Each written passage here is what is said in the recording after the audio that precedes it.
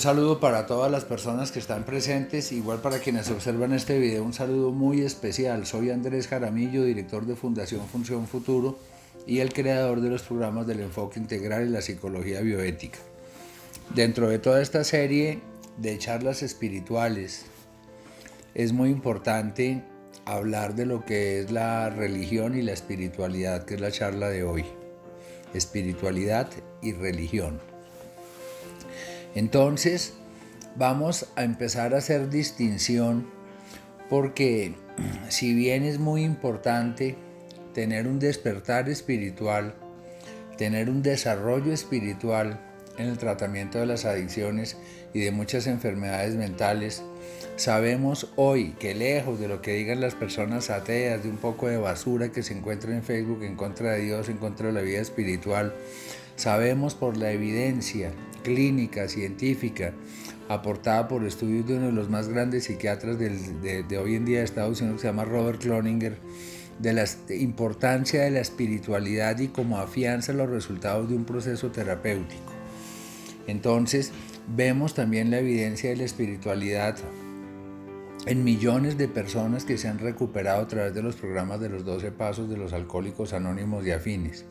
Entonces, esto no es una invención, estamos hablando del testimonio y la evidencia de millones de personas, estamos hablando de estudios clínicos y es más, yo también doy testimonio de la importancia de la espiritualidad para adquirir calidad de vida, determinación, mejorar el carácter, que es absolutamente necesario para poder superar los problemas de la vida, como las adicciones o los problemas en salud mental.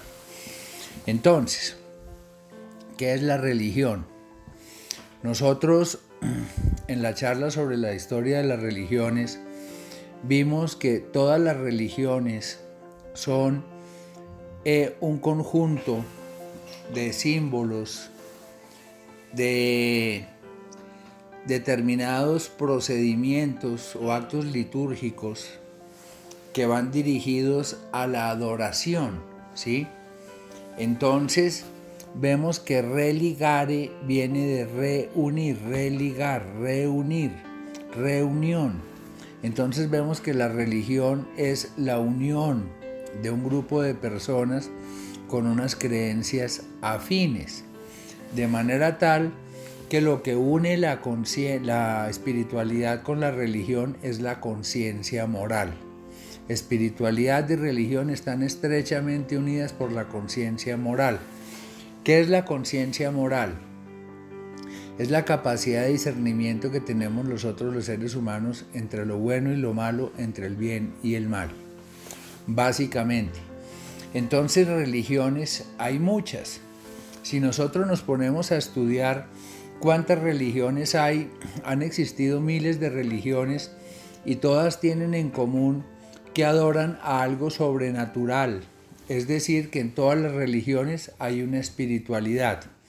Incluso como hemos visto en el confucianismo, en el taoísmo y en el budismo, aun cuando no hay una figura de Dios principal, se pueden considerar doctrinas religiosas, aun cuando para muchos son filosofías. ¿Por qué son religiones? Porque ellas tienen todo un conjunto, una serie de enseñanzas, un conjunto, por decirlo así, de liturgias que van dirigidas a fomentar la conciencia moral y la autotrascendencia. Entonces, estamos nosotros viendo que las religiones, para la psicología bioética, todas las religiones son válidas desde que promuevan la vida, el respeto, la ética y los valores. Entonces nosotros no podemos pretender de que una persona porque nació musulmana se va a condenar, o si alguien nació judío se va a condenar a la vida eterna en el tormento, y si alguien nació brahmanista o hinduista entonces se va a condenar. No, son personas, Dios no se equivoca, Dios es el Todopoderoso, es el Creador, y si Dios manda a una persona al nacimiento en una religión, evidentemente no lo va a mandar a sabiendas de que lo va a condenar porque nació musulmán, nació judío, nació brahmanista o hinduista. Entonces, Todas las personas tienen derecho a su salvación. Lo que no está muy bien visto, nosotros no somos jueces, no estamos emitiendo juicios de valor, pero es andar cambiando de religiones, que nací católico, me vuelvo cristiano, aun cuando es la misma religión, y si soy creyente en Cristo, después me vuelvo judío, después me vuelvo musulmán, porque eso lo que está manifestando es un desorden de personalidad que se llama inestabilidad en el autoconcepto, inestabilidad en el objeto. Entonces, nosotros tenemos que ser muy conscientes de que la espiritualidad promueve la conciencia moral. ¿Qué es la conciencia? Lo primero que tenemos que entender es que conciencia, con NSC, conciencia, y conciencia, con NC, son dos palabras diferentes.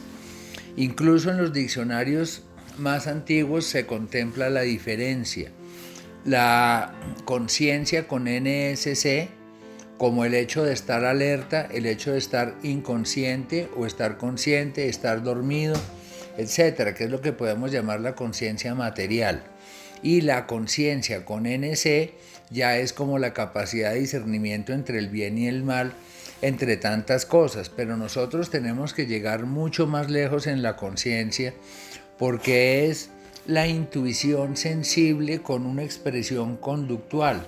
¿Qué quiere decir eso? Que nosotros intuimos el entorno, sí, puede ser el entorno inmaterial, inteligencia conceptual, inteligencia espiritual, y nosotros captamos, sí, esa información en nuestra conciencia y damos una expresión en nuestra conducta, porque la conciencia influencia a la mente. Entonces la mente queda subyugada por la conciencia, en donde nosotros vamos a entender la importancia de despertar la conciencia. Para Jesús la llamaba el ojo, de manera curiosa, porque yo creo que Jesús hablaba griego, en griego ya estaba la palabra conciencia, y él dice: si tu ojo está limpio, todo tu cuerpo brilla. Es decir, si tu conciencia está limpia, todo tu cuerpo va a brillar. Y también dice: ¿qué haces tú mirando la paja en el ojo ajeno y no sacas la viga en el tuyo? Una viga es un palo de madera de tiempos bíblicos, de un palmo por un palmo, es decir, es un palazo metido en el ojo. De manera tal que es la conciencia. ¿Qué haces tú juzgando la conciencia del prójimo y no revisas la tuya primero? Entonces, nuestra conciencia se perturba, nuestra conciencia se obnubila, nuestra conciencia se va oscureciendo, y nosotros tenemos que estar en un proceso vigilante de poder limpiarla. Por eso, por ejemplo, el sexo con prostitutas, las prostitutas están cargadas en su cuerpo magnético, la persona después se siente cansada, se siente sucia, porque su conciencia se empieza a poner turbia. Lo mismo decir mentiras, las mentiras ensucian tremendamente la conciencia, el robo. Por ello es que todos esos mandamientos que promueven las religiones nos van a ayudar a mantener limpia la conciencia. Es absolutamente importante. Entre más fuerte esté la conciencia, más niveles de poder personal vamos a tener. Entonces, ¿qué tenemos nosotros? La espiritualidad, lo hemos visto en las charlas, es una palabra relativamente nueva, acoplada en Francia en el siglo XVII, espiritualité, para hacer alusión a lo espiritual. ¿Qué es lo espiritual? Es lo etéreo. Esa palabra viene del spir latino, que significa respiración, que ellos lo tradujeron del neuma griego, y los griegos lo tradujeron del ruah, del hebreo, que es aliento. Entonces es esa parte que nosotros tenemos, que es invisible. Lo espiritual existe, así como existe la electricidad y no la vemos, pero vemos que es potente. Hoy en día el mundo se mueve por electricidad, y la electricidad no la vemos en un cable, así sea un cable pelado de cobre no se ve. Lo mismo el magnetismo tampoco lo vemos. ¿Quién ha visto la temperatura? Nadie ha visto la temperatura, porque no se ve, pero se ve el impacto, se ve el reflejo. Lo mismo sucede con la espiritualidad, vamos a sentir el reflejo. Entonces, espiritualidad y religión se necesitan la una a la otra. Hay personas que dicen: no, yo tengo mi propia manera de llevar mi vida espiritual, pero hay caminos espirituales. Eso es como si hay una carretera trazada de aquí a Tunja, yo cojo un automóvil y llego muy fácilmente a Tunja, pero también me puedo ir a Machete por dentro del monte y llegaré después de 15 días picado por bichos, por alimañas, o de pronto ni llego, ¿sí? Entonces, las religiones son esas vías que me dan ya una espiritualidad clara, una espiritualidad definida, y por eso es muy importante tener un acto espiritual que coincida con la religión de la que tenemos la vocación, donde es muy importante. Nosotros los católicos tenemos en la religión varios sacramentos que son absolutamente importantes. El bautismo, que es necesario, todos somos bautizados, el que no se ha bautizado avise y miramos la manera de proceder con un bautismo. Vemos la confirmación, vemos el matrimonio, vemos la confesión, que es importantísimo confesarse. Tan es así que uno después de que se confiesa se siente bien. La Eucaristía, que es la comunión con la hostia, es excelente. Porque yo personalmente les doy testimonio de que yo después de que comulgo me siento fuerte, me siento empoderado, me siento más lúcido. Entonces, las religiones me van a dar a mí una metodología. Nosotros aquí hemos tratado personas musulmanas, personas judías, y nunca han estado lejos de la espiritualidad que profesamos a través de la psicología bioética y la inteligencia espiritual, porque lo que estamos es promoviendo conciencia, que esa conciencia moral es absolutamente importante para tener claro lo que es bueno y lo que es malo. Dice Isaías, hay de aquel que da el mal por bien y el bien por mal. Esta frase la oirán en muchos de los videos, en muchas de las charlas, porque es absolutamente importante. El adicto termina dando por un bien a un mal que es la droga y a un mal que es la abstinencia y la vida recta por un mal. Entonces, ¿qué va a hacer de esa persona? Le espera la calamidad, la desgracia, y la resignificación es volver a esa conciencia moral, a entregarle a la droga su verdadero valor, que es una inmundicia, que es una porquería que contamina mi alma, contamina mi espíritu, y así voy empezando yo en un proceso de purificación, ¿sí?, de mi conciencia. Entonces, nosotros estamos viendo que la religión y la espiritualidad son como la locomotora y los rieles. La locomotora es mi espiritualidad y los rieles son la religión que yo profeso. Rieles hay muchas, locomotoras hay muchas, pero cada quien tiene su propia locomotora. Es decir, yo no puedo vivir la espiritualidad de mi vecino. Yo vivo es mi propia espiritualidad, es mi locomotora, es mi relación conmigo, es mi relación con la creación, mi relación con mi entorno medioambiental, que es absolutamente importante. Esa es mi espiritualidad. Mi espiritualidad es ser una persona con carácter, una persona que mi sí sea sí, que mi no sea no, de ahí viene el no sostenido. Una persona con carácter, una persona con moral, una persona con valores, que ese sistema de valores, lo hemos visto en las charlas, es absolutamente importante para yo integrar mi personalidad y para tener una espiritualidad íntegra, porque una espiritualidad sin valores es una espiritualidad que se diluye. Hay que tener fe, hay que tener amor, caridad, benevolencia, benignidad, todo eso que es tan importante.